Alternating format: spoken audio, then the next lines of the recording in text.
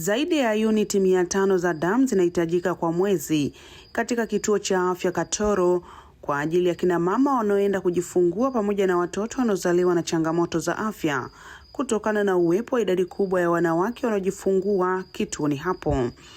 Akizungumza baada ya kupokea vifaa vya kuastiri watoto waliozaliwa kutoka katika kikundi cha Umoja wa Vijana Katoro, Janet Moshi, muuguzi mfawidhi kutoka kituo cha afya Katoro, amesema kwa mwezi wanajifungua kina mama 700 hadi 800, huku upatikanaji wa damu ukiwa ni uniti 150 pekee, hali inayochangia kuongezeka kwa uhitaji zaidi.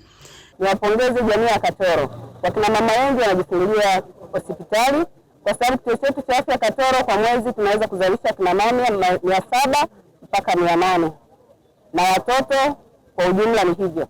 Lakini kwa uhitaji ni kwa upande wa watoto pia wachanga.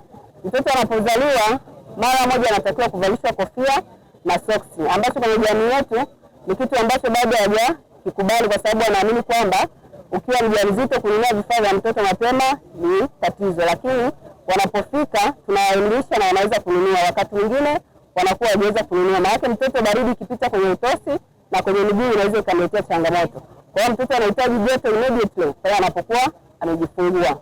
Kwa hiyo mahitaji haya kwa kina mama itawasaidia sana. Na kuna pia watoto ambao wanazaliwa ambao hawajiwezi. Kusema hawajiwezi ni watoto ambao wamezaliwa wenye changamoto. Kwa hiyo pale wanakuwa kwenye chumba maalum cha uangalizi na wanakuwa na vitu vyao maalum. Kwa hiyo kwa vitu hivi ambavyo wameleta, kofia, soksi, pamoja na vitu vilivyovileta, lakini pia tuna uhaba wa damu kwa kina mama wajawazito na watoto wachanga. Tunajua mtoto wa chini ya miaka 5 anapougua ana uwezo wa kupoteza damu. Mjamzito akijifungua ana uwezo wa kupoteza damu. Kwa hiyo tulikuwa tunatamani pia kwenye upande wa damu tuweze kupata watu wa kuchangia damu kwa ajili ya kuokoa mama na mtoto.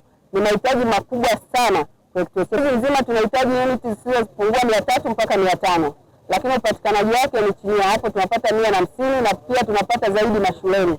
Kwa hiyo tulikuwa tunatamani jamii inayotuzunguka iweze kutusaidia, na pale unapochangia damu ni lazima urudishe damu ili iweze kuokoa maisha kwa mtu mwingine. Kwa hiyo uchangiaji wa damu upo, lakini kwa kiasi kidogo. Kwa hiyo uhitaji wetu ni huo ambao ni asilimia kutoka 300 mpaka 500, lakini tunapata Sambamba na hilo, vijana hao zaidi ya 300 kutoka Umoja wa Vijana Katoro walifika katika gereza la Butundwe lililopo wilaya Geita kupeleka mahitaji kwa wafungwa.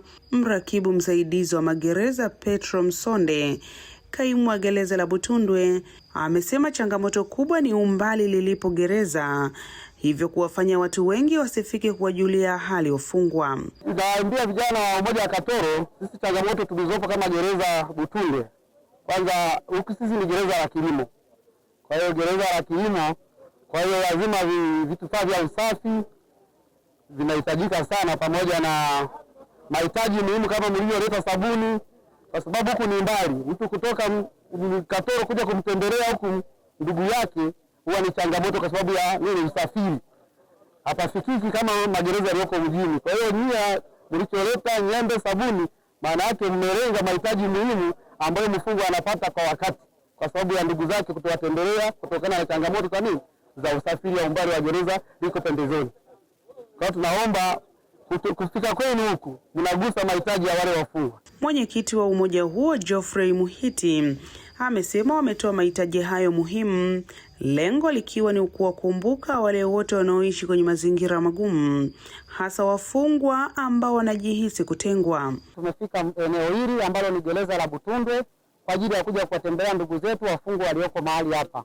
Na hapa tumekuja na vitu kama mavazi, majoo yale ya wafungwa ya kushona, lakini pia tumebeba sukari, tumebeba chumvi, tumebeba juisi, tumebeba mchele, tumebeba maharage, tumebeba pamoja na mipira kwa ajili ya wanamichezo.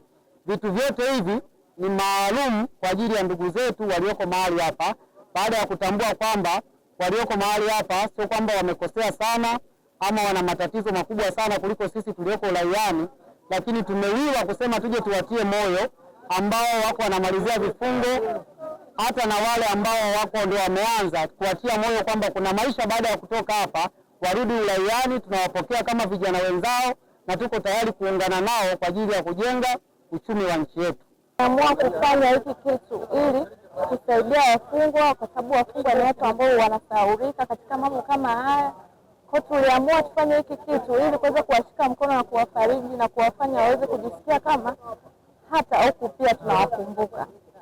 Kwa hiyo mimi ningeomba kusema kwamba naomba kuongea kuhusu watu wengine, jamii iweze kuwafikiria hata watu wengine, hata wafungwa pia wanaokuwa huku waweze kuwafikiria kwa chochote kitu, kwa sababu kuna wengine pia hawapo, walifungwa huko hawana makosa lakini wako humu. Kuna wengine pia hawana ndugu, hawatembelewi. Kwa hiyo tunapofanya kitu kama hiki tunawafariji, wanajisikia na wao wapo, tunawajua na tunawaombea pia, maana yani ukiwa huku unakuwa ni kama umetengwa.